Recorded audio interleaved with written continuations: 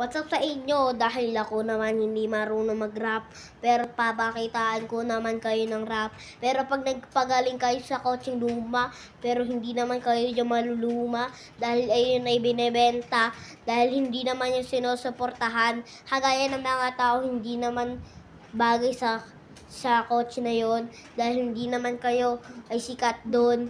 Dahil hindi naman kayo pagkakamalaan ng tao na vlogger.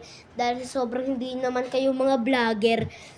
Kaya nyo lang to, pero hindi nyo naman to magagawa sa isip nyo.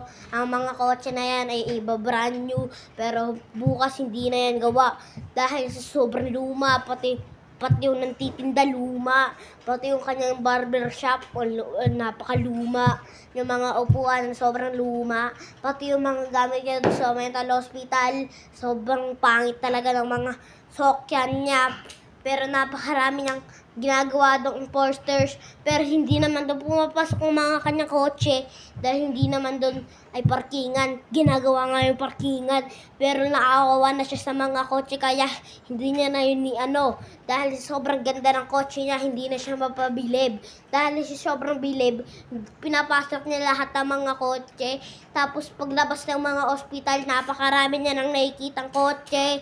Tapos bukas, pinakitaan niya na ng rap. Pero sa sobrang galing ng mga tao magpa-doktor sa kanya, sinorpatan na sila. Dahil sa sobrang lakas niya, hindi niya na alam kung anong gagawin niya doon. Dahil pinapasok niya lahat ng kotse.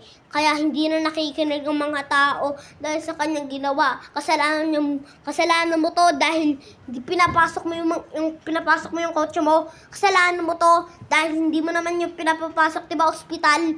Kailangan yun pinapagamot. Kailangan yung mga tao doon nakakapasok. Kala mo pero ang pangit pa din namang gamit mo doon, tol!